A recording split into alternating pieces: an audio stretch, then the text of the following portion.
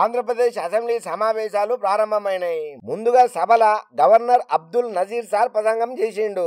అంతకు ముందే ఏపీ ప్రభుత్వం కీలక నిర్ణయాన్ని తీసుకున్నది.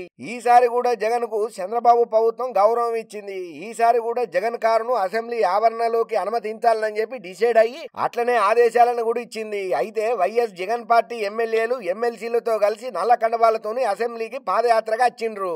అయితే సాధారణంగా ఎమ్మెల్యేలు అసెంబ్లీ 4వ నెంబర్ గేటు బయట దిగి లోపలికి పోవాలని చెప్పి చెప్తున్న నిబంధనలకు బ్రేక్ చేసి గౌరవంగా ముఖ్యమంత్రి సారు వాళ్లకు స్వాగతం పలికిండు. కానీ ప్రతిపక్ష హోదా లేకుండా అసెంబ్లీ లోపలికి జగన్ వాహనాన్ని అనుమతిస్తా నిర్ణయం తీసుకున్నాడు బాబు సారు. వైఎస్ఆర్సీపీ శాసనసభాపక్ష విన్నపం మేరకు ప్రభుత్వం సానుకూల నిర్ణయం తీసుకున్నట్టు తెలుస్తున్నది. వాస్తవానికి అసెంబ్లీ నిబంధనల ప్రకారం వైఎస్ జగన్మోహన్ రెడ్డికి ప్రతిపక్ష హోదా కూడా లేకపోవడంతోని ఆయన కారును శాసనసభ బయటనే ఉంచి లోపలికి పోవాలి. కానీ వైఎస్ఆర్సీపీ రిక్వెస్ట్ తోని గత అసెంబ్లీ సమావేశాల సమయంలో కూడా ముఖ్యమంత్రి చంద్రబాబు సారు జగన్ కారును అసెంబ్లీ లోపలికి పంపించాలని చెప్పి ఆదేశాలను జారీ చేసిండు. ఇక ఈ ముచ్చటను శాసనసభ వ్యవహారాల శాఖ మంత్రి పయ్యావుల కేశవ్ సార్ చెప్పుకుంటొచ్చిండు. అయితే ఇయాల జగన్ వైఎస్ఆర్సీపీ ఎమ్మెల్యేలు ఎమ్మెల్సీలు నల్ల కండవాలతోని అసెంబ్లీలకు వచ్చిండ్రు.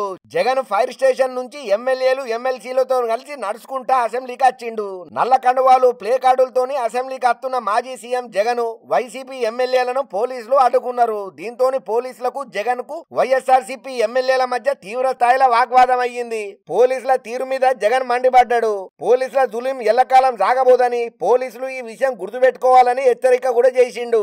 పోలీసుల టోపీల మీద ఉన్న 3 సింహాలు ప్రజాస్వామ్యాన్ని కాపాడుకోవడం కోసం గాని యథేచ్ఛగా ప్రజాస్వామ్యాన్ని కూని చేయడం కోసం కాదు అని అన్నాడు జగన్.